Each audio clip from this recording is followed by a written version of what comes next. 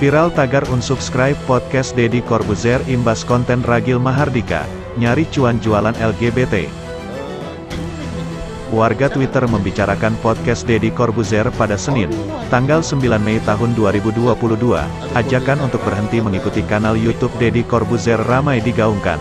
Tagar-tagar unsubscribe podcast Corbuzier bahkan menjadi trending di Twitter Indonesia. Penyebab ramainya ajakan itu terkait dengan podcast Deddy Corbuzier mengundang Ragil Mahardika dan Frederick Vollet yang tayang pada Sabtu, tanggal 7 Mei tahun 2022.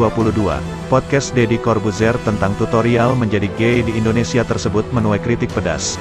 Bahkan Ustaz Felix Xiao pun sampai angkat bicara melalui postingan di Instagram, melihat Deddy Corbuzier yang sudah terang-terangan membahas gay. Felix Xiao merasa juga perlu memberi peringatan secara terbuka. Di zaman kemaksiatan dianggap wajar, dianggap open-minded, dianggap toleran, dianggap modern.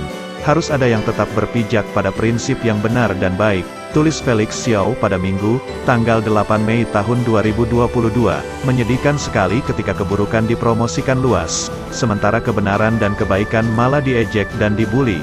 Tambahnya, oleh sebab itu, netizen meramaikan tagar-tagar unsubscribe podcast Corbuzier untuk memperingatkan Deddy Corbuzier.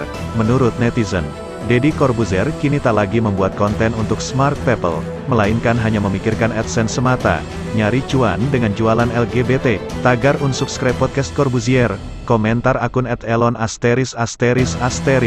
Sangat disayangkan sekali dengan konten yang tak wajar. Tagar unsubscribe podcast Corbuzier, balas akun @airin****. Ngeri, nasib anak-anak masa depan jika SMP terpapar LGBT.